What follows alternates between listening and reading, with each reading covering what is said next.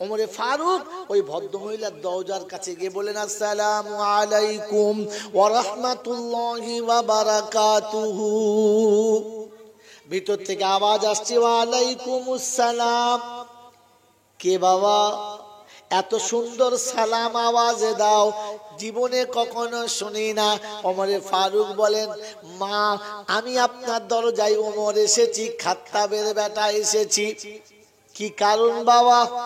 বললে, মা গো আপনি একটু পর্দাতে সরে যান, আপনার বাসি বিছানাটা কোথায় আছে দেখান, আপনার বিছানাটা ঝেড়ে পরিষ্কার করে ঘরটা ভালো করে ঝাঁট দিয়ে দেব, রাতের অন্ধকারের যত রকমের থালা বাটি আছে ওগুলো বার করেন, পরিষ্কার করে দেব, আপনার পানির পাত্রটা দেখান, জায়গাটা দেখান, আমি সারা দিনের পানিটা ঘরে ভরে দেব, আপনার অজুর পানি, গোসলের পানি, আপনার সারা দিনের প্রয়োজনীয় পানিটা ভরে দেব, আপনার ঘরে আরো যদি কোনো বাজার ঘাটের প্রয়োজন থাকে বলেন, আমি ওমর আপনার বিছানা পরিষ্কার করে দেওয়ার জন্য, আপনার খিদমতের জন্য এসেছি। ওমর গেছে খিদমত করতে বিধবার ঘরে, কারণ তার কেউ নেই। কি গো বাবাজিরা, আমি আপনি ওই ইয়েতিমকে পাশে রাখবেন ইনশাআল্লাহ? রাখবেন ইনশাআল্লাহ? সত্য করে বুকে হাত দিয়ে বলেন, অন্ধকার রাতে, দিনের দিবালোকে কিংবা রাতের অন্ধকারে আমি জাইনুল আবেদিন যতক্ষণ বাড়ি ফিরি নাই, অধীর আগ্রহে দরজার কাছে বসে আছে, কখন এসে ফিরবে। বিবি ঘুমিয়ে গেছে, বাচ্চা ঘুমিয়ে গেছে, দরজার খিল বন্ধ করেছে, সবাই ঘুমিয়ে গেছে, দেবর রাতে ঘুমাচ্ছে, হতভাগী চুপ করে বসে আছে। দরজার কাছে গাড়ির লাইটটা যেমনি পড়েছে, লাফিয়ে উঠে জিজ্ঞাসা করছে, জয়নাল এসেছিস বাপ? হ্যাঁ এসেছি। তুমি এখনো ঘুমাও নাই মা? বললে, শুয়েছিলাম, ঘুম আসে নাই। আপনার বৌমা? বলে, ঘুমিয়ে গেছে। বৌমা ঘুমিয়ে গেছে, আমার মেয়ে ঘুমিয়ে গেছে, আপনি ঘুমান নাই? বললে, আব্বা যতক্ষণ তুই বাড়ি আসিস না আমি ততক্ষণ অপেক্ষা করে থাকি আমার আব্বা কখন আসবে। অমুসলমানের ছেলে। বলেন না, ওমর তো পাড়ায় বিধবা বিছানা তুলতে গেছে, কোনদিন সকালবেলা উঠে মায়ের কাছে গিয়ে বসে জিজ্ঞাসা করেছি, মা রাত্রে তোমার কোনো কষ্ট হয় নাই তো? মা সারাটা রাত গেল আমি খেয়াল করতে পারি নাই, মশাই তোমার জ্বালায় নাই তো? সকালবেলা মুখ হাত ধোয়ার জন্য একটু গরম পানি করে দেবো মা? কোনদিন জিজ্ঞাসা করেছি? এখন হুজুর এসেছে জলসা করতে, জমজমের পানি এসে বলছে, হুজুর অজু করুন। কেন হুজুরের জমজমের পানি করলে কি তোর বাপের কবরে বাজ পড়বে? ছেঁচোর কথা। যে মা আঁচলে পায়খানা নিয়ে তুলে আস্তে করে ফেলে দিয়েছে, নারাজ হয় নাই।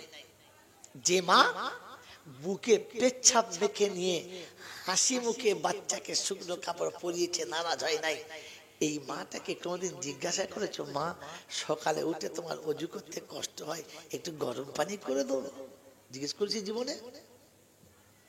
এতিমকে খানা খাওয়াবে না? হাত তোলো আর মনে মনে বলো, ভাবো বসে বসে।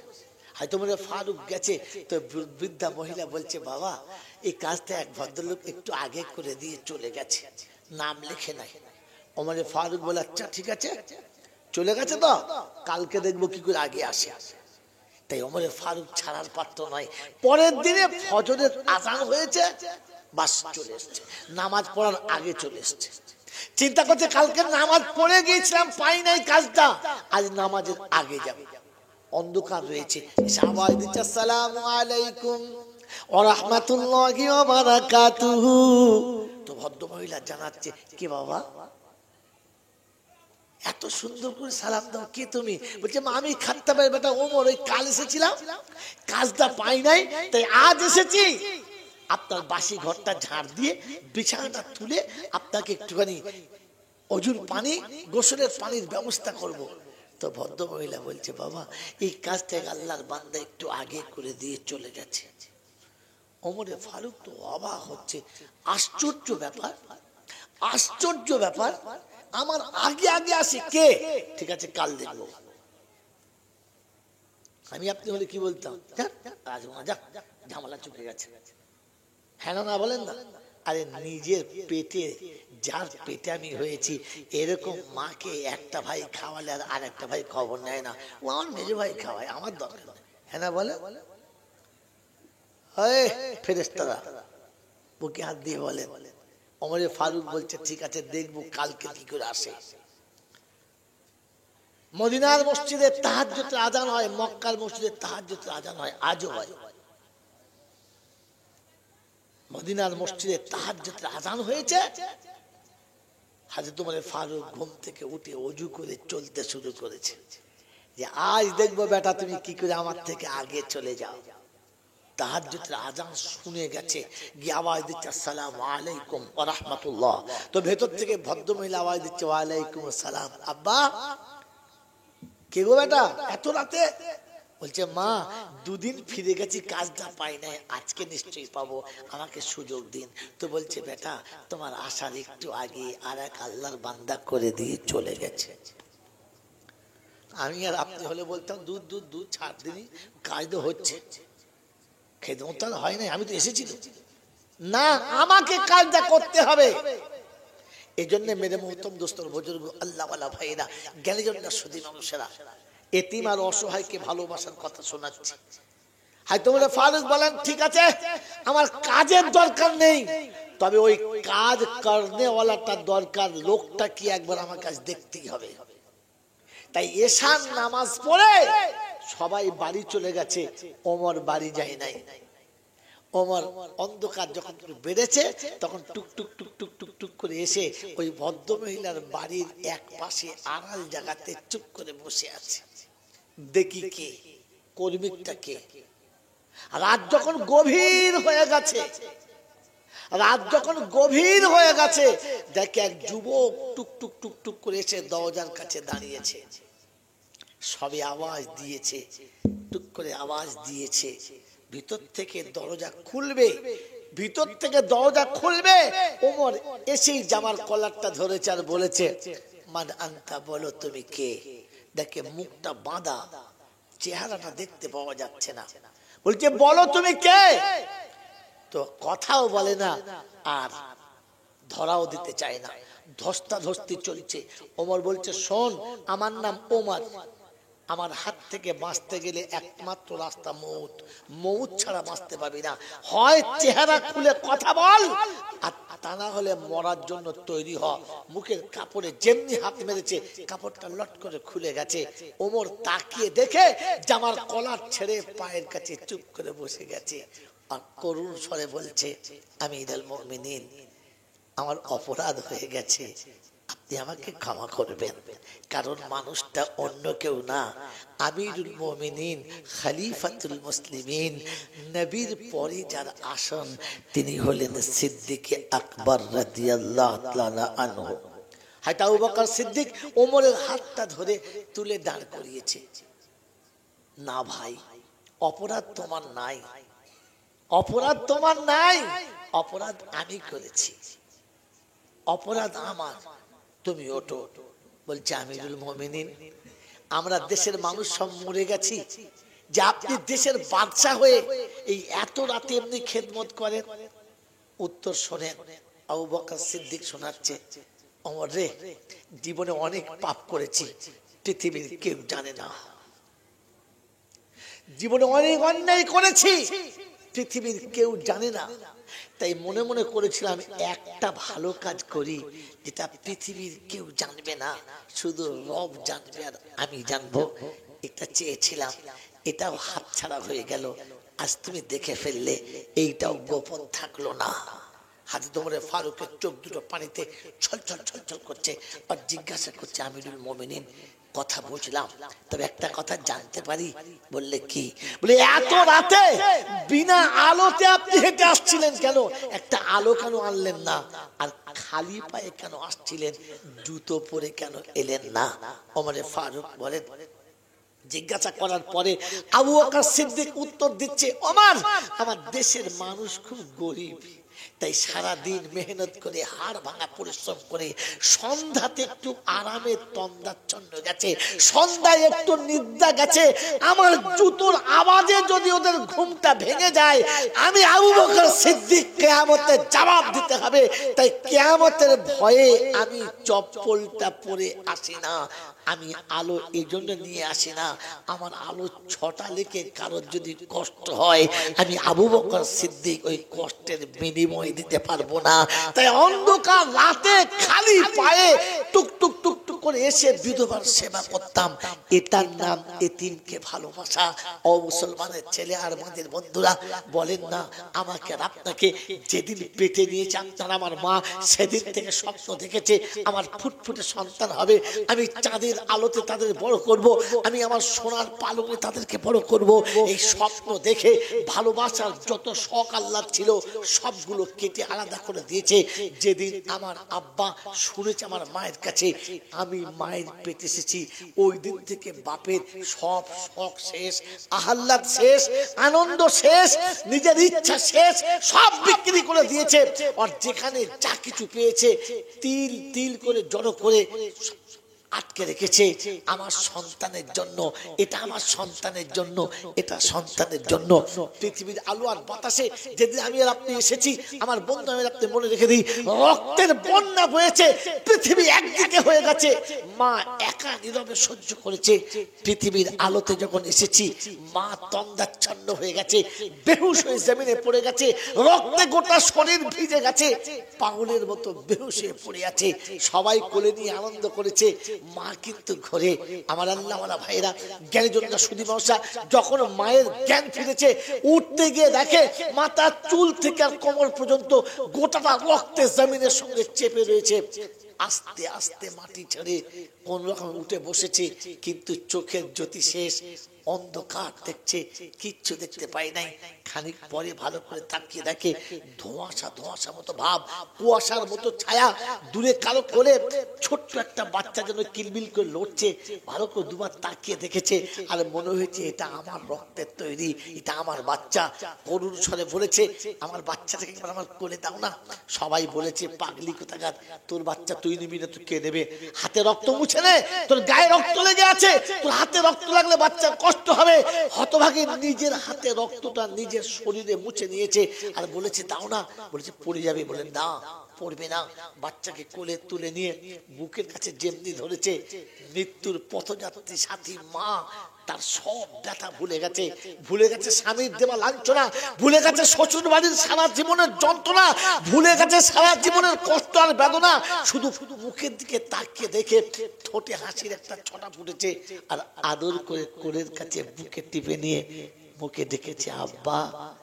যে আব্বা বলে আঁচড় করে আমাকে ডেকে বুকে জড়িয়ে দিয়েছিল, নিজের বুক খুলে নিজের হৃদয় খুলে বাচ্চার মুখে দিয়েছে।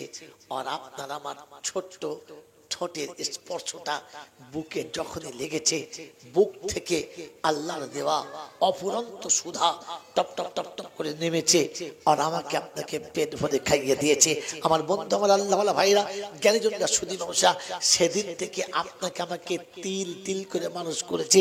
জীবনে কখনো নিজে মুখে দেয় নাই, জীবনে যতবার ভালো কিছু করেছে প্রথম বাচ্চার মুখে দিয়েছে, আর বাচ্চা খেয়ে বেঁচে গেলে তবে খেয়েছে।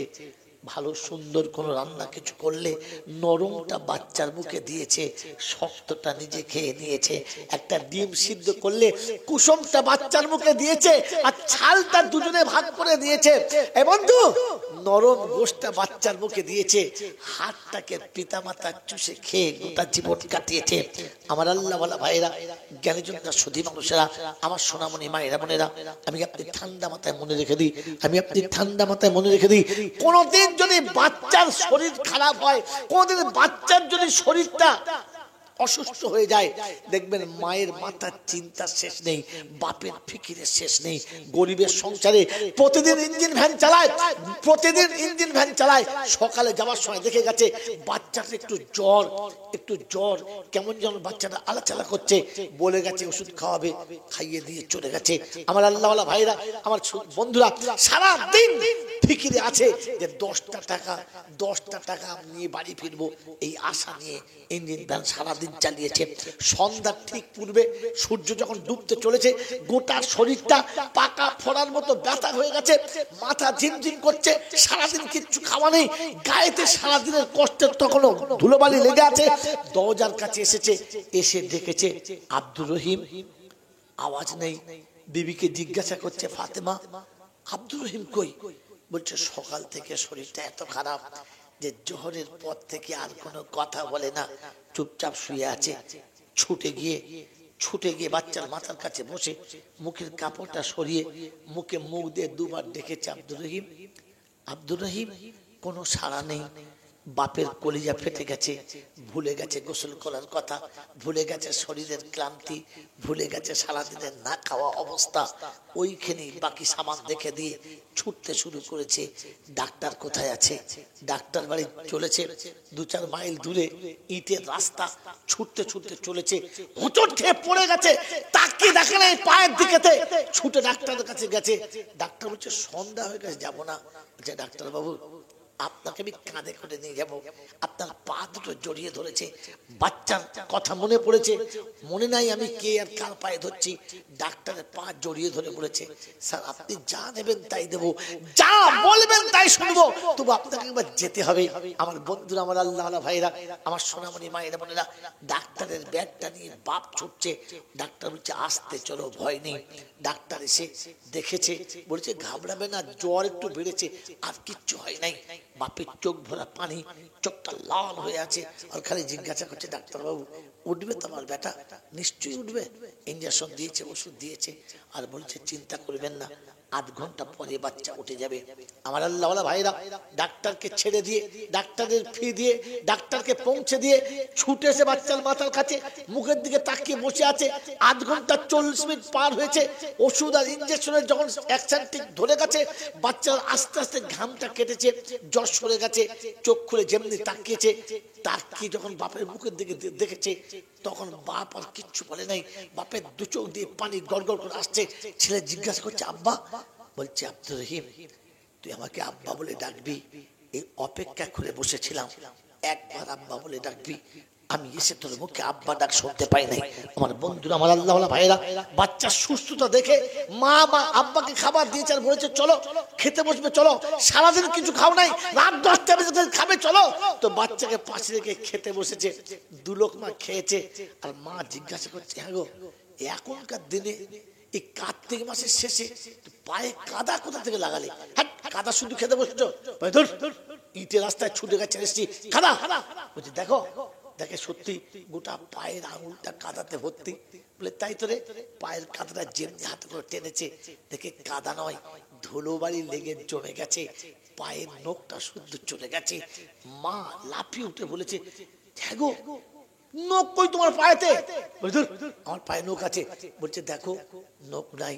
বলছি তোমার পায়ে নখ কি হলো? বলছে বিশ্বাস কর, আব্দুর রহিম যখন আমাকে আব্বা বলে ডাকে নাই, তখন আমার হুঁশ ছিল না, আমি ছুটে যেতে গিয়ে ওই গ্রামে ঢুকতে হোঁচট খেয়ে পড়ে গেছি, এটা মনে আছে। তবে নখটা ছেড়ে চলে গেছে এটা মনে ছিল না। রক্তের উপরে ধুলোমারি পড়ে কাদার মতো জমে গেছে। আমার সোনার চাঁদ বন্ধুরা, আজ বাপ বৃদ্ধ হয়ে গেছে, অচল হয়ে গেছে, খাটতে পারে না, কামাতে পারে না, কোন রকমের কাজ করার ক্ষমতা নেই। আমি আর আপনি একবার ঠান্ডা মাথায় মনে রাখি, এর থেকে বড় এতিম আর কেউ নেই।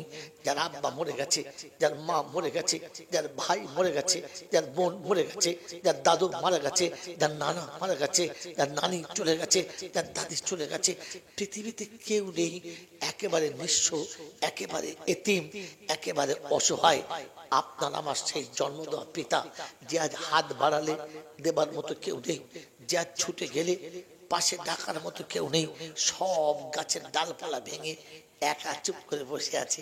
আমার বন্ধু যে আমার সুখের জন্য এতটা কুরবানি দিয়েছিল, আজ অন্ধকার রাতে কখনো একবার বাপের মাথার কাছে বসে কপালে হাতটা দিয়ে জিজ্ঞাসা করেছি, আব্বা তোমার ঘুম আসছে তো? আব্বা আব্বা তোমার ঘুম আসছে তো? বলো না, তোমার পা দুটো একবার টিপে দেবো, বলো বলো তোমার কি দরকার বলো। কবে জিজ্ঞাসা করেছি। জলসায় বসে প্রতিজ্ঞা নিচ্ছি, এতিম খাওয়াবো, মিসকিন খাওয়াবো, নবীর পাশে থাকবো। আল্লাহ পাক শুনেছিল, ওয়াহফিজ লাহুমা জানাহাতুল মিনার রাহমা, ওরে যাদেরকে তুই মোহাব্বতের ডানার তলায় রাখার কথা ছিল, বলো কখনো মনে করেছো? বলো বলো না, কখনো মনে হয়েছে? আমার বন্ধুরা, আমার আল্লাহওয়ালা ভাইরা, জ্ঞানীজনরা, সুধী মানুষেরা, আমার সোনামণি মায়েরা বোনেরা, আমি আপনি ঠান্ডা মাথায় মনে রাখি, আল্লাহ পাক রব্বুল আলামিন শোনাচ্ছে, আমি আল্লাহ আমার পরে তোমার আব্বা, যে আব্বার সঙ্গে ভালো সম্পর্ক রাখে না, আমি আল্লাহ তার সঙ্গে সম্পর্ক রাখি না। যে মায়ের সঙ্গে সম্পর্ক ভালো রাখে না, আমি আল্লাহ তার সঙ্গে সম্পর্ক রাখি না। পৃথিবীর কাছে তুমি যত নামি আর দামি হও, পৃথিবীর কাছে যত তুমি হীরক জয়ন্তী হও, পৃথিবীর কাছে যত স্বর্ণ পদক অর্জন করনেওয়ালা হও, রবের কাছে তুমি এখনো জিরো থেকে গেছো। কারণ এখনো মায়ের সেবা তোমার দ্বারাতে হলো না। এখনো ওই মা যে কোন কালে পিতামাতা ছেড়ে চলে এসেছে, আজ পিতামাতা কেউ নেই, আজ পৃথিবীর কেউ নেই, বাপ মা দাদা দাদি কেউ নেই, অসহায়, যেদিকে তাকিয়েছে শুধু ফাঁকা, ঘর থেকে বার হলে শুধু ফাঁকা। তোকে মানুষ করার পরে বিয়ে দিয়ে আজ মা সব থেকে বড় একা, আজ আর তার কাছে কেউ নেই, আজ আর তার পাশে বসার কেউ নেই, আজ তাকে একটু সান্ত্বনা দেওয়ার কেউ নেই, আজ তার কাছে একটু মিষ্টি কথা বলার কেউ নেই। যে চিরকাল যেখানে যেটা পেয়েছে আঁচলে আড়াল করে নিয়েছে, বাচ্চার মুখে দিয়েছে, কোনো বন্ধুর বাড়ি বান্ধবীর বাড়িতে গেছে, কোনো ভালো খাবার পেলে বাচ্চার জন্য তুলে নিয়েছে, বাপের বাড়িতে গিয়ে কোনো ভালো খাবার পেলে তুলে নিয়েছে। মা জিজ্ঞাসা করছে এটা খা, বলছে না এটা আমার বেটার জন্য নিয়েছি। যে তোমার জন্য সারা জীবন আঁচলে চুরি করে এনে তোমাকে দিয়েছিল। এই বন্ধু, সংসার গরিবদের আমি জানি, গরিবের সংসার চলছে কি কখনো মনে হয়েছে যে বিবির চোখে ফাঁকি দিয়ে, বাচ্চার চোখে ফাঁকি দিয়ে একটা নরম মিষ্টি কিনে মাকে আড়াল করে খাইয়ে বলেছি, মা তুই তো জানিস আমি গরিব, আমি তোকে এনে খাওয়াতে পারি না, এই একটা মিষ্টি খুব আড়াল করে দিয়েছি, তুই এটা খেয়ে নে, একবার তুই খাবি দেখি। কখনো বলতে পেরেছি? আমার বন্ধু এতিমকে ভালোবাসতে চাচ্ছেন, আল্লাহ পাক শুনেছেন, আল্লাযিনা ইউতিমুনা তুআমা আলা হুব্বিহি মিসকিনাও ওয়া ইয়াতীমান ওয়া আসীরা। এই মুসলমানের ছেলে, যদি এতিমকে খাইয়ে ভালো সওয়াব পেতে চাও, আল্লাহকে রাজি করতে চাও, নবীর পাশে জায়গা নিতে চাও, তো বড় বাড়ির সবথেকে দামি প্লেটে কোনোদিন মাকে ভাত দিয়েছো? দিয়েছো? বাড়ির সবথেকে দামি গ্লাসে মাকে পানি দিয়েছো? ওরে বোকা, পৃথিবীর কোন ওলিকে, পৃথিবীর কোন আব্দালকে, পৃথিবীর কোন আলিমকে, পৃথিবীর কোন পীরকে, পৃথিবীর কোন বুজুর্গকে খুশি করার আগে ওই দামি প্লেটে তুমি তোমার আব্বা মাকে খেতে দাও। প্লেটটা দেখেই বলতো, আমাকে এত ভালো প্লেটে কেন খেতে দিলি, এটা রেখে দে, লোকজন আসলে দিবি। কাছে বসে বলো, মা তোমার থেকে আমার আপন আর কে, তোমার থেকে আমার ভালোবাসার আর কে? আগে তুমি খাও, তারপরে এই প্লেটে পৃথিবীর সবাই খাবে, আগে তুমি খাও।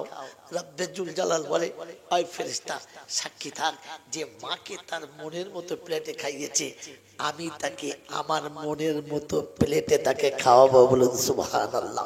এ মুসলমানের ছেলে, যে মাকে কোলের কাছে বসিয়ে খানা খাইয়েছে, আল্লাহ পাক বলেন আমি আমার নবীর কোলের কাছে বসিয়ে তাকে খানা খাওয়াবো, আমার নবীর কোলের কাছে বসিয়ে খাওয়াবো, আমার রাসূলের হাত দিয়ে তাদের খানা খাওয়াবো। আর আমাদের বন্ধুরা যদি নবীর হাতে খেতে চান, নবীর সাথে খেতে চান, নবীর পাশে থাকতে চান, তো মায়ের পাশে গিয়ে জায়গা করে নেন, আব্বার পাশে গিয়ে জায়গা করে নেন। যদি আব্বা নেই, মা নেই, চলে গেছে, আফসোস করবেন না, আল্লাহ পাক অপশন বাকি রেখেছে। আল্লাহর নবী সাল্লাল্লাহু তাআলা আলাইহি ওয়াসাল্লাম যেদিন মদিনা থেকে মক্কায় হিজরত করে ব্যাক যাচ্ছেন, বড় আশা করে মক্কা থেকে আসার সময় মক্কার শেষ বাউন্ডারিতে হুদুদে মক্কার শেষ জায়গাতে এসে মক্কার মাটিতে হাত থেকে বলেছিল, মক্কার মাটিরে তোকে ছেড়ে যেতে আমার ইচ্ছা চাইছে না, আমার মন চাই না মক্কা ছেড়ে যাব, যেখানে শৈশব আর কৈশোর কেটেছে, আমি মক্কা ছেড়ে যেতে চাই না, কিন্তু মাটি তোর কোলের ছেলেরা আমাকে থাকতে দিচ্ছে না, তাই নিরুপায় হয়ে আমি চলে যাচ্ছি, আমার আল্লাহ আমাকে যেতে বলেছে। ওরে মক্কার মাটি শুনে রাখ, জীবনে কখনো যদি সুযোগ পাই আবার তোর কোলে ফিরে আসবো, কথা দিয়ে গেলাম। তাই বিশ্বনবী জনাবে মুহাম্মদ রাসূলুল্লাহ যেদিন মক্কা ছেড়ে মদিনায় যাচ্ছিলেন, সেদিন একা, সাথে সিদ্দিক আকবর, আর কেউ নেই। আমার আল্লাহওয়ালা ভাইরা, এই এক মাস আগে দেখে এলাম ওই জায়গাটা যেখানে আমার নবী এসে দাঁড়িয়েছে, আর মদিনার বাচ্চারা ছুটে এসে গোল করে দাঁড়িয়ে বলেছে, তালাল বদরু আলাইনা মিন সানিয়াতিল বিদাই। আমার আল্লাহওয়ালা ভাইরা, আমার জ্ঞানের জন্য সুদী মানুষা, আমি মদিনার একজনকে বলেছিলাম, আইনা ওই জায়গাটা কোথায়, ওই জায়গাটা কোথায় যেখানে আমার নবী এসে দাঁড়ালে মদিনার বাচ্চারা গিয়ে আমার নবীকে স্বাগতম জানিয়েছিল। বলেন চলুন দেখিয়ে নিয়ে আসছি। আমার আল্লাহ, আমার আল্লাহ ভাইরা, জ্ঞানী যদি সুদী মানুষা, যদি আপনাদের সুযোগ আসে যাবেন, বলে দিচ্ছি আরদে শেফা যেখানে আছে, আরদে শেফা যে জায়গাটা, ওই জায়গা থেকে 1 থেকে 2 কিলোমিটার আগে গিয়ে রোডের ডান সাইডে দেখবেন একটা সাদা মসজিদ এখন করা আছে, ওটা সেই জায়গা যেখানে আল্লাহ নবী এসে দাঁড়িয়েছেন, আর মদিনার বাচ্চারা ঘিরে বলেছিল, তালাল বদরু আলাইনা মিন সানিয়াতিল বিদাই। আমার বাবাজিরা, আমার সোনাচ্চান বন্ধুরা, আল্লাহ নবী সাল্লাল্লাহু আলাইহি ওয়াসাল্লাম এসে দাঁড়িয়েছেন, মদিনার কচি কচি বাচ্চারা ঘিরে গেছে, আর সেদিন আল্লাহ নবী মদিনার বাচ্চাদের বলেছিল, আ মদিনার বাচ্চারা, আমি আমার শৈশবের জায়গা ছেড়েছি, কৈশোরের জায়গা ছেড়েছি, আমি আমার যৌবনের জায়গা ছেড়েছি, মা বাপের কোল ছেড়েছি, মাতৃভূমি ত্যাগ করে তোমাদের কাছে এসেছি, তোমরা কোনোদিন আমাকে এখান থেকে তাড়িয়ে দেবে না তো। সেদিন মদিনার বাচ্চারা বলেছিলেন, ইয়া রাসূলুল্লাহ, ইয়া হাবিবাল্লাহ, ইয়া রাসূলুল্লাহ, ইয়া হাবিবাল্লাহ, হাসতে হাসতে প্রাণ দেব, তবু আপনাকে কোনোদিন মদিনা থেকে মক্কায় যেতে দেব না। এই কথাটা আল্লাহ কবুল করে নিয়েছেন, তাই আজও রাসূল মদিনায় ঘুমাচ্ছেন। আমার আল্লাহওয়ালা ভাইরা, আমার আল্লাহওয়ালা বন্ধুরা, আল্লাহ নবী যেদিন মদিনা থেকে মক্কায় আসছেন, সেই দিন মাকামে হাররাতে এসে সমস্ত সাহাবীদের বললেন, বাইরে দাঁড়াও, একটু ভিতর থেকে ঘুরে আসি, আমার ফিরে আসতে যদি দেরি হয়, আমার ফিরে আসতে যদি দেরি হয়, তোমরা বিতৃষ্ণ হবে না, ভিতরে যাবে না। আমার যদি ভিতর থেকে কান্নার কোনো আওয়াজ জোরে আসে, আমার যদি ভিতর থেকে কান্নার আওয়াজ জোরে আসে, তো ও যুবকেরা, তোমরা যেন ভুল করে ভিতরে যাবে না। আর আমাদের বন্ধু, আর জীবনে হয়তো কোনোদিন আমার দেখা হবে না, তাই শেষ নোক্তাটা বলে যাচ্ছি, মাথায় রেখে দিও, কিয়ামতে আবার তোমাদের সঙ্গে দেখা হবে, সেদিন শোনাবো যে বলো বলেছিলাম কিনা। সেদিন যেন কমপক্ষে বলো হ্যাঁ বলেছিলেন। এই বন্ধু আমার আল্লাহওয়ালা ভাইরা, আল্লাহ নবী মাকামে হাররাতে এসে মাকবারাতে আমিনা, আমিনার যে কবরে দাফন আছে, যে কবরস্থানে দাফন আছে, ওই কবরস্থানের বাইরে সিদ্দিক আকবরকে দাঁড় করিয়েছে। আপনার মতো হেলি ফেলি না, আমার মতো হেলি ফেলি না। সিদ্দিক আকবর দাঁড়িয়ে আছে, ওমরে ফারুক আছে, উসমানে গনি আছে, আলী হায়দার আছে, তালহা জুবায়ের আছে, ইবনে আব্বাস আছে, সমস্ত আশায় মুবাশশিরা রয়েছে, এক জামাত সাথীরা রয়েছে, সবাইকে বাইরে রাখলেন। মায়ের কবরের কাছে একা গেলেন। কাকে নিয়ে গেলেন? কাকে নিয়ে গেলেন? একা গেলেন। কারণ মায়ের কাছে অভিমান করা একা মানায়, বাকি সাথে নিয়ে মানায় না। হ্যাঁ না না বলেন? আল্লাহ নবী পা পা করে কবরের কাছে গেলেন, আর গিয়ে মায়ের কবরে হাতটা রেখে বললেন, লাউ কুনতি হাইয়ান, আর যদি তুমি বেঁচে থাকতে তাহলে আমাকে দেখতে পেতে।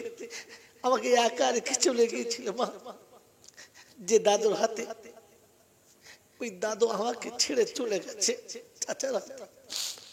যেদিন চাচা চলে গেছে, মক্কার মানুষের অত্যাচারের বন্যায় এতটা বেড়েছে যে আমার রব আমাকে মক্কা থেকে মদিনায় সরিয়ে দিয়েছে। আর ওই মদিনা থেকে মক্কায় যাচ্ছি, গোটা জামাত আমার সাথে, সিদ্দিক আকবর আমার সাথে, সমস্ত আশারায় মুবাশশিরা আমার সাথে, সবাইকে রেখে দিয়ে এসেছি। যদি তুমি দেখতে পেতে মা, যদি তুমি একবার দেখতে পেতে, আমি তোমার কাছে এসেছি মা।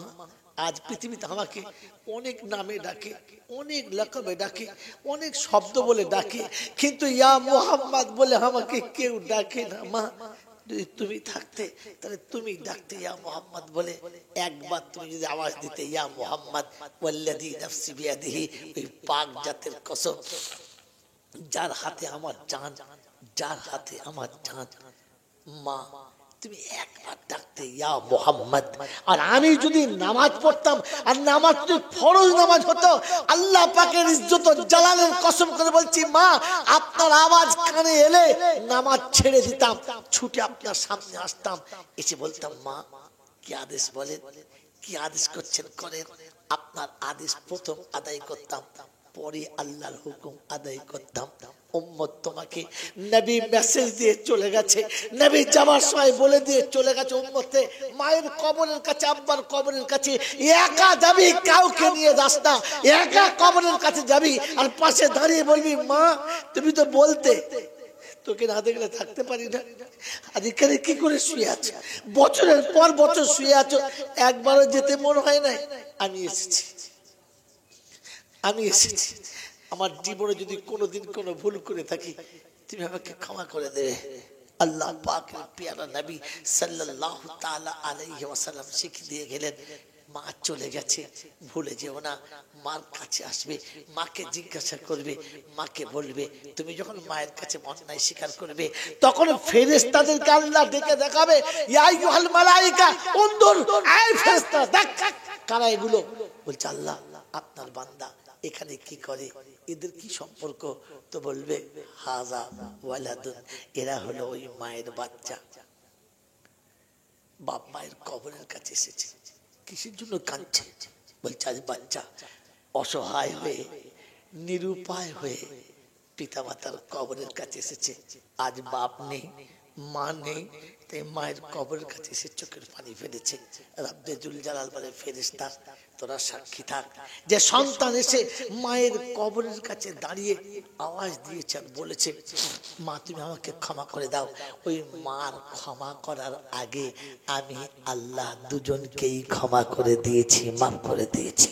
আমার বন্ধুরা, আমার আল্লাহওয়ালা ভাইরা, জ্ঞানীজনটা শুধু মানুষরা, এই জন্য শিখিয়ে দিয়ে গেলাম, মনে করিয়ে দিয়ে গেলাম, পিতা মাতার কবরের কাছে একা যাবেন, দুনিয়ার লোক ডেকে নিয়ে যাবেন না, এ পাড়ার ও পাড়ার লোক ডাকতে হবে না, ইমাম সাহেব ডাকতে হবে না, বিশ্ব চ্যাম্পিয়ন কোনো হুজুর ফুজুরকে ডাকতে হবে না, পবিত্র হবেন, একটু পাক সাফ হবেন, জুমার দিন হবে, সুন্দর করে সাজবেন, আতর মাখবেন, সুরমা মাখবেন, দামি সেন্ট মাখবেন, জুমার নামাজ পড়বেন, জুমার নামাজ পড়ার পরে সাধ্য মোতাবেক 2 টাকা 5 টাকা সাদকা করবেন, মসজিদের কোটোতে দিয়ে দেবেন, আর ফের আস্তে আস্তে মায়ের কবর কাছে যাবেন। মা প্রত্যেক জুমার দিনে তুমি জামা কাপড় পরিয়ে সাজিয়ে দিতে, আজ আমার জামা কাপড় পরাবার কেউ নেই, আজ আমার বিবি তার বাচ্চাদের সাজিয়ে দিয়েছে, আজ বাড়ির সবাইকে সাজিয়ে দিয়েছে, আর আমাকে গোসল করে একা একাই সাজতে হয়েছে, শুধু তুমি নেই বলে, সব আছে শুধু তুমি নেই বলে।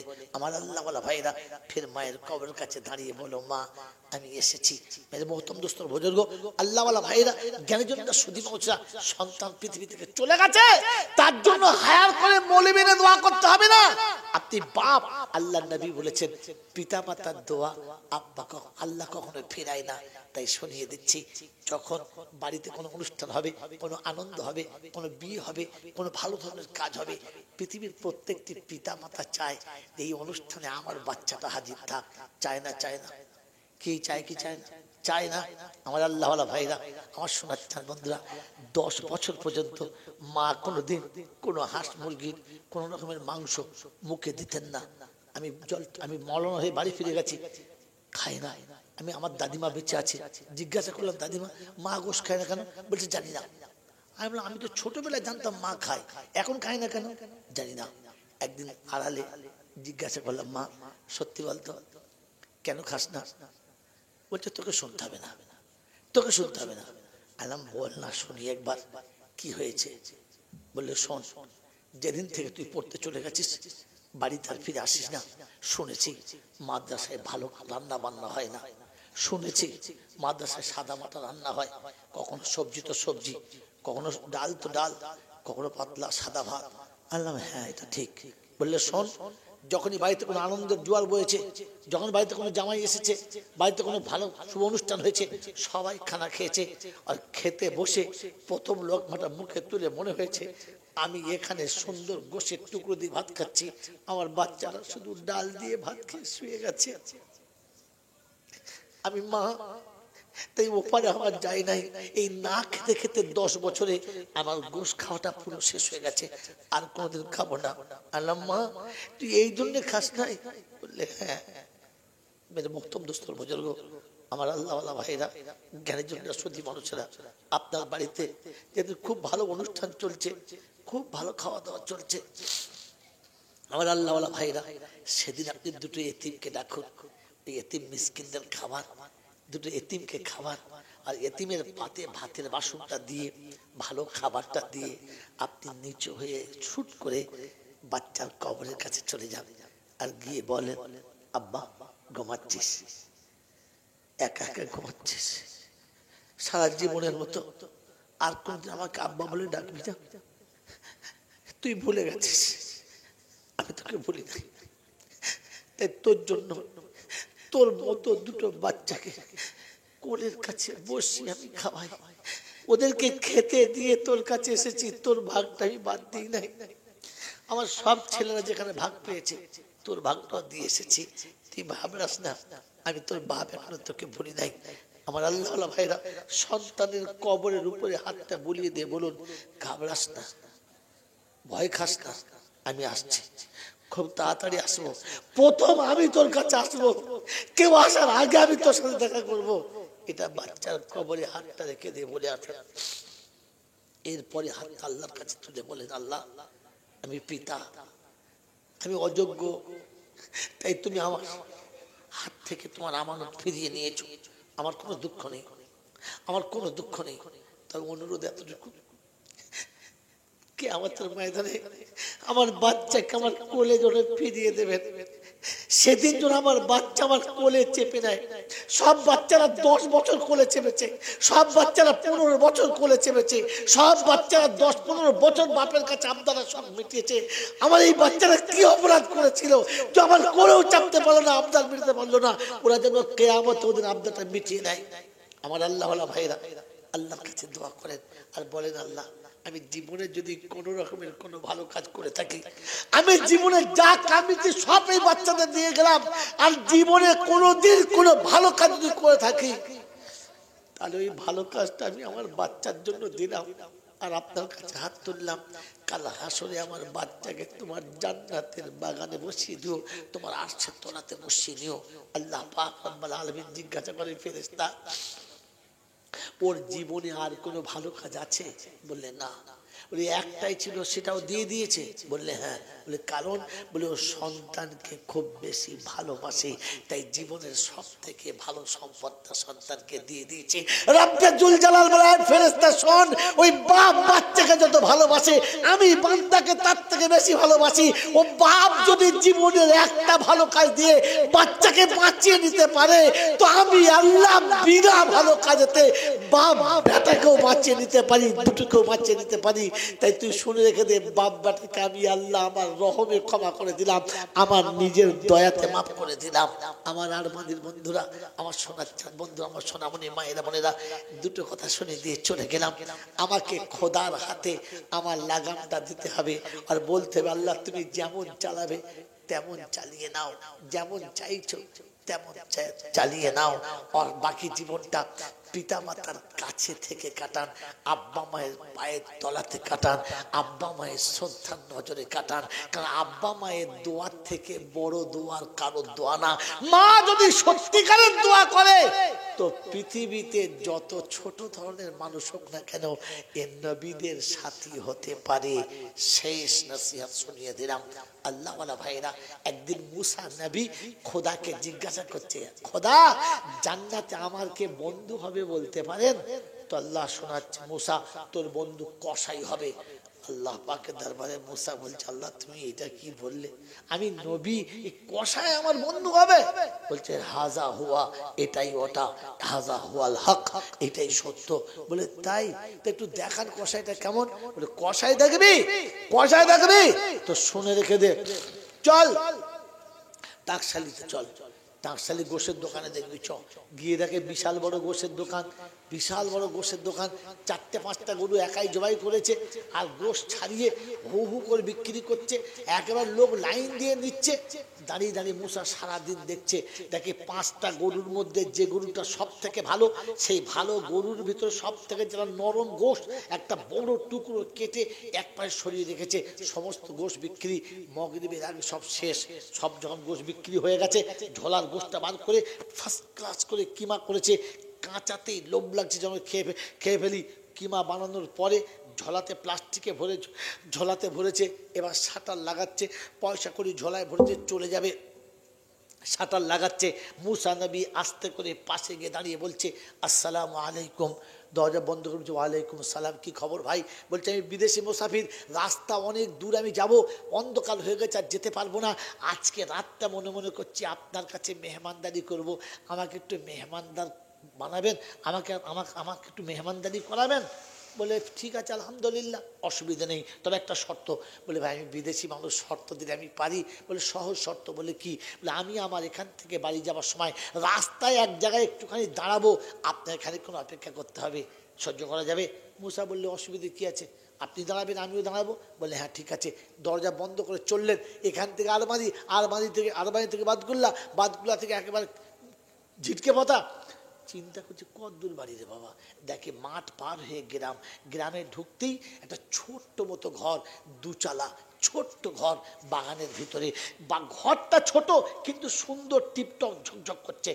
এক পাশে বসালেন মুসাকে আর বললেন বন্ধু বসো, কাজটা সেরে আসি। দরজা খুললেন, দরজা খোলার পরে ভিতরে গেলেন। ভিতরে গিয়ে সেই গোশতের টুকরোটাকে বার করলেন, ভালো করে ধুয়ে মুছে পরিষ্কার করে মশলা মাখিয়ে কিমার আনতে চাপিয়ে দিলেন। মনে মনে করছে এখানেই খাওয়াবে নাকি, যা হয় হোক যাক। বসে আছে দেখছে, আর চিন্তা করছে জিজ্ঞাসা করব। আবার চিন্তা করছে একবার জিজ্ঞাসা করে ঠকেছি, আর ভুল করব না, যা হয়েছে এই পর্যন্তই থাক। চুপ করে দেখছে বাস কিমা রান্না হচ্ছে, নিজে হাতে আটা বার করে ভালো করে ছেনে রুটিও তৈরি করলেন। কিমাও হয়ে গেল, রুটিও হয়ে গেল। দুটোকে ঢাকা দিয়ে ভেতরে ওই ছোট্ট ঘরটার ভিতরে আরেকটা দরজা, ওটা খুললেন। খোলার পরে থেকে ভিতরে এক ভদ্রমহিলা শুয়ে আছে, শুধু হাড় আর চামড়া, শরীরে মাংস বলে কিচ্ছু নেই, মাথায় চুল নেই, মুখে একটাও দাঁত নেই। একেবারে তুলে যখন বসাচ্ছে হাড়ের আওয়াজ হচ্ছে খড়খড় খড়খড় করে, মনের জন্য কিচ্ছু নেই, শুধু হাত ছাড়া। তুলে বসালেন, তুলে বসিয়ে দেখে কাপড়গুলো সব নোংরা হয়ে গেছে। ভিজে কাপড়গুলো, নোংরা কাপড়গুলো ধুয়ে দিলেন, সরিয়ে দিলেন, শরীরটা ধুয়ে দিলেন। সুন্দর একেবারে পরিষ্কার ঝকঝকে একটা কাপড় ফের সুন্দর করে পরিয়ে দিলেন। ভালো করে পাশে বসালেন, এই নোংরা কাপড়গুলো এক পাশে সরিয়ে দিলেন। আমার আল্লাহওয়ালা ভাইরা মাকে বসিয়ে রেখে কাপড়গুলো নিজে হাতে ধুয়ে পরিষ্কার করে আকাশে রোদেতে এক পাশে মেলে দিলেন, শুকাতে দিলেন। এরপরে মাকে কোলের কাছে বসিয়ে কিমার প্লেট নিলেন, গোশের হাঁড়িটা নিলেন, টুকটুক করে তুলে রুটি ছিঁড়ে কিমাতে মাখিয়ে মায়ের মুখে দিচ্ছে। আরোই একেবারে কাকের ছেলে, পাখির বাচ্চার মতো টুকটুক করে গিলে নিচ্ছে, দাঁত নেই, কিচ্ছু নেই, চিবাবার কোনো কায়দায় নেই। উনি হাতে টিপে দিচ্ছেন আর উনি গিলে নিচ্ছেন। পেট ভরে খাওয়ানো হয়ে গেছে, যেমনি খাওয়ানো হয়ে গেছে ইশারা করছে বাপ আর খাবো না, রেখে দিয়েছে। যখন রাখছে তখন 2 হাত তুলে কি যেন দোয়া করছে, কিন্তু মুসা নবী বললেন আমি শুনতে পাচ্ছি না, বুঝতে পাচ্ছি বৃদ্ধা দোয়া করছে, শুনতে পাচ্ছি না, কিন্তু ভয়ে জিজ্ঞাসাও করছি না, চুপ করে আছি। তারপরে ভদ্রমহিলার ভিতরে বিছানার উপরে শুইয়ে দিলেন, দরজা বন্ধ করে দিলেন, সামান গুছিয়ে রাখলেন। বাইরে থেকে তালা মেরে এসে বললেন বন্ধু আমার খুব দেরি হয়ে গেছে, আমাকে মাফ করবে, চলো বন্ধু আমার বাড়িতে চলো। রাস্তায় চলতে শুরু করে নবী মুসা জিজ্ঞাসা করছে বন্ধু কিছুদিন মনে না করো, একটা কথা জিজ্ঞাসা করব। বললে কি? বলে এই ভদ্র মহিলা কে যিনি শুয়েছিলেন? বললে উনি হলেন আমার মা। বললে আশ্চর্য, তোমার সংসারে কেউ নাই? বললে হ্যাঁ। বিবি বাচ্চা? বললে হ্যাঁ। এখানে ফেলে রেখেছো, কষ্ট হবে না মায়ের? বললেন না, এই জন্যে যে আমি বাড়িতে রাখি না, যে আমার মায়ের সেবাটা আমি করব, অন্য কেউ করুক এটা আমি পছন্দ করি না। আছে এমন ছেলে যে মা কাপড়ে পেশাব পায়খানা করে ফেলেছে, কাউকে লাগবে না, আমি ধুয়ে দেবো? আছে ক্ষমতা? বললে আমি সকালে ঘুম থেকে উঠে প্রথম মার কাছে আসি, এসে মায়ের রাতের নোংরা কাপড়গুলো নিজে ধুয়ে দিই, পরিষ্কার করি, মাকে গোসল করাই, মাকে সুন্দর কাপড় পরাই, মাকে বসাই, মায়ের মুখ হাত ধুয়ে দিই, মাকে নাস্তা করাই, মাকে বিছানায় শুইয়ে দিয়ে তারপরে নোংরা কাপড়গুলো নিজে হাতে কেচে ওগুলোকে শুকাতে দিই। ফের মায়ের কাছ থেকে সালাম করে বাড়িতে যাই, বাড়িতে গিয়ে মুখ হাত ধুয়ে নাস্তা করে বাজারে যাই। সারাদিন ব্যবসা করার পরে আমার পছন্দের গোশতের টুকরোটা আমি নিই, এসে এখানে দাঁড়িয়ে কিমা করি, মাকে প্রাণ ভরে খাওয়াই, খাইয়ে দিয়ে মাকে পরিষ্কার করে তবে বিবি বাচ্চার কাছে যাই। মাকে না দেখা করে কোনোদিন বিবি বাচ্চার সঙ্গে দেখা করি না। মুসা বললে সব তো বুঝলাম, খুব ভালো, তবে একটা কথা বুঝতে পারলাম না। বললে কি? বলে আপনার খাওয়ানোর পরে দুটো হাত তুলে মা যেন কি বলছিল, বলছে আর বন্ধু কিছু মনে করবেন না, বুড়ো হয়ে গেলে মানুষ একটু পাগলই হয়। বলছে কেন? বলছে ও পাগল, মায়ের কথা ছাড়েন, ওরকম পাগলের মতো বকে সব সময়, আমি কিছু মনে করি না। তো বলছে বন্ধু বলো না কি বলছিল? বলছে বন্ধু আবার সেই জিজ্ঞেস করছেন ওই পাগল মায়ের কথা। বলছে বলো না, বলো না কি বলছিল? বলছে শোনো, আমি যখন মাকে এমনি করে পরিষ্কার করে দিয়ে কোলে বসিয়ে নিজে হাতে খাওয়াই, আর পেট ভরে মা যখন খেয়ে তৃপ্তি পায়, তখনই দুটো হাত তুলে বলে আল্লাহ গো আল্লাহ, আমার বাচ্চাকে কিয়ামতে নবী মুসার বন্ধু বানিয়ে দিও। ওই পাগলের কথা শোনে ওই সময়তে মুসা নবী চিৎকার মেরে বলেছিলেন, ওরে কসাই, মা পাগল না, আর আমি তোমার ঘরে খানা খেতে মুসাফির হয়ে আসি না, আমি দেখতে এসেছিলাম আমার রব বলেছে যে তুমি কিয়ামতে নবী মুসার বন্ধু হবে, আমি দেখতে এসেছিলাম কথাটা সত্য কিনা। আল্লাহর জাতের কসম করে বলছি, মায়ের দোয়াতে তুমি পার হয়ে গেছো। আমি মুসা আর এসেছিলাম তোমার কাছে দেখতে যে তুমি কি করে আমার বন্ধু হলে, আমি নবী আর তুমি কসাই। ওটা মায়ের দোয়া পারে, আর কারোর ক্ষমতা নাই। এখানে বন্ধু বিশ্বের কোনো অলির দরবারে যাওয়ার আগে মায়ের অনুমতি নিয়ে যান। মা রাজি থাকলে কিয়ামতে অলির সাথে হাসর হবে। মায়ের দোয়ায় পৃথিবীর সব কিছু পাওয়া যায়। সেজন্য শেষ কথা বলে দিয়ে চলে গেলাম। আমার বন্ধুরা, আমার আল্লাহওয়ালা ভাইরা, জলসা দেন, মিলাদ দেন, ওয়াজ দেন, নসিহত দেন, বয়ান বক্তা সব করেন, তবে শুনে রাখেন আল্লাহর কানুন মোতাবিক ওলামাদের কাছে জিজ্ঞাসা করে করেন। আল্লাহর হাতে রশিটা রেখে দেন, আপনার নাজাত, বক্তার নাজাত, জাতির নাজাত। আর আপনার মাথা যদি আল্লাহর রহমতের দড়ি থেকে মাথাটা খুলে যায়, তো তাহলে আপনার জন্য মুসিবত, বক্তার জন্য মুসিবত, শ্রোতাদের জন্য মুসিবত, দুনিয়াটাই সব থেকে বড় বিপদ। আল্লাহ আপনাকে আমাকে বিপদ থেকে বাঁচান, আর পিতামাতার সেবা করে আল্লাহকে রাজি করার তৌফিক দান করুক। বলুন আমিন। ওয়া আখির দাওয়ানা আনিল হামদুলিল্লাহি রাব্বিল আলামিন। মুহাব্বতে দরুদ শরীফ। আল্লাহুম্মা সাইয়্যিদনা মাওলানা মুহাম্মদ ওয়া আলা আলি সাইয়্যিদনা মাওলানা মুহাম্মদ।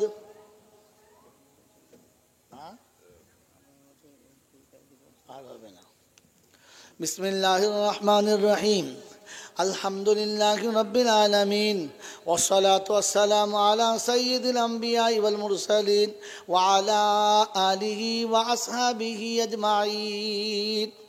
ربنا فاغفر لنا ذنوبنا وكفر عنا سيئاتنا وتوفنا مع الأبرار وتوفنا مع المسلمين وتوفنا مع المتقين وتوفنا مع الصديقين والشهداء والصالحين।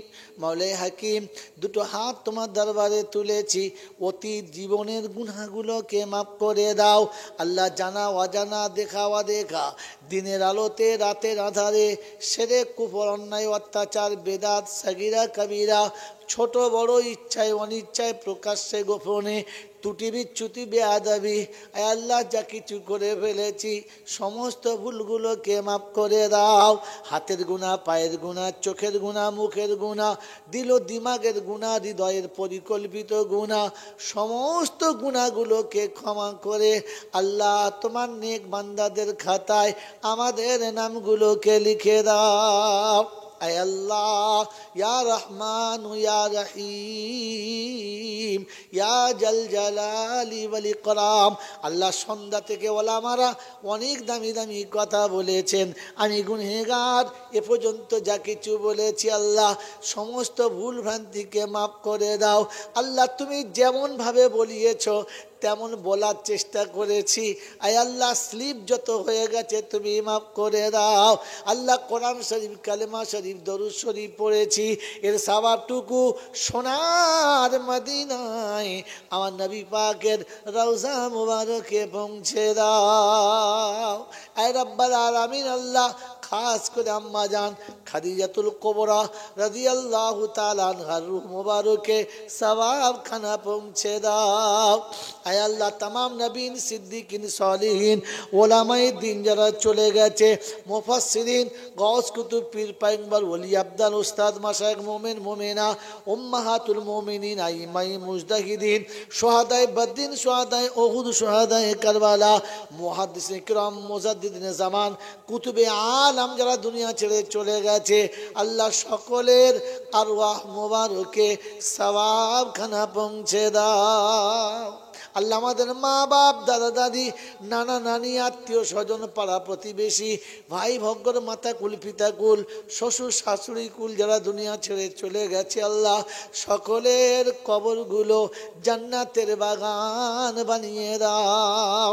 আল্লাহ আমরা যারা বসে আছি আমাদের গর্ভধারিণী মা, জনম দুঃখিনী মা, সারা জীবন লাঞ্ছনা যন্ত্রণা সহ্য করেছে, কখনো বাচ্চার উপরে কষ্ট দেয় না। রব্বুল আলামিন আল্লাহ বাচ্চা যখন চলে গেছে খেতে বসে বসে মা কেঁদেছে, বিছানায় শুয়ে চোখের পানি ফেলেছে। হার আনন্দ বাড়িতে, প্রত্যেকটি আনন্দের বাড়িতে সবাই হেসেছে, মা শুধু আঁচলের আড়ালে কেঁদেছে। রব্বুল আলামিন উঠতে বসতে যার চোখ ভরা পানি ছিল, যার বুক ভরা ব্যথা ছিল, যার হৃদয় ভরা ভালোবাসা ছিল রে মাবুদ, কাঁধে করে নিয়ে রেখে এসেছি। অন্ধকার কবরে শুধু সান্ত্বনা দিয়ে এসেছি, মা আসছে। রব্বুল আলামিন মায়ের কবর জান্নাতের বাগান বানিয়ে দাও। আল্লাহ মায়ের কবর জান্নাতের বাগান বানিয়ে দাও। আল্লাহ আব্বার কবর জান্নাতের বাগান বানিয়ে দাও। রাতের অন্ধকারে দিনের আলোতে পৃথিবীর যে জায়গায় ভেবেছে দুটো অর্থের সন্ধান পেয়েছে, ভালোবাসার বিছানা ত্যাগ করেছে, মোহাব্বতের সাথী ত্যাগ করেছে, ভালোবাসার বাহুডোরের মানুষগুলোকে ত্যাগ করেছে, সব ছেড়ে দিয়ে রাতের পর রাত মেহনত করেছে যে আব্বা আমাদের সুখের জন্য, আজ একা চলে গেছে বাবুদরে। বাড়ি বাচ্চাকে দিয়ে চলে গেছে, গাড়ি বাচ্চাকে দিয়ে চলে গেছে, ব্যাংক ব্যালেন্স বাচ্চাকে দিয়ে চলে গেছে। মাবুদ আজ আমরা হতভাগা হাত তুলেছি, আব্বার কবর জান্নাতের বাগান বানিয়ে দাও। রাব্বির হামহুমা কামা রাব্বায়ানি সগীরা, রাব্বির হামহুমা কামা রাব্বায়ানি সগীরা। আল্লাহ আমাদের অসুস্থদের সুস্থ করে দাও, ঋণীদের ঋণ পরিশোধ করার তৌফিক দাও, কন্যাদায়ে পড়ে থাকা পিতাকে কন্যাদায় থেকে নাজাত দাও, হাফেজ আলেম দিনদার মুত্তাকি পরেজগার বাচ্চার ব্যবস্থা করে দাও।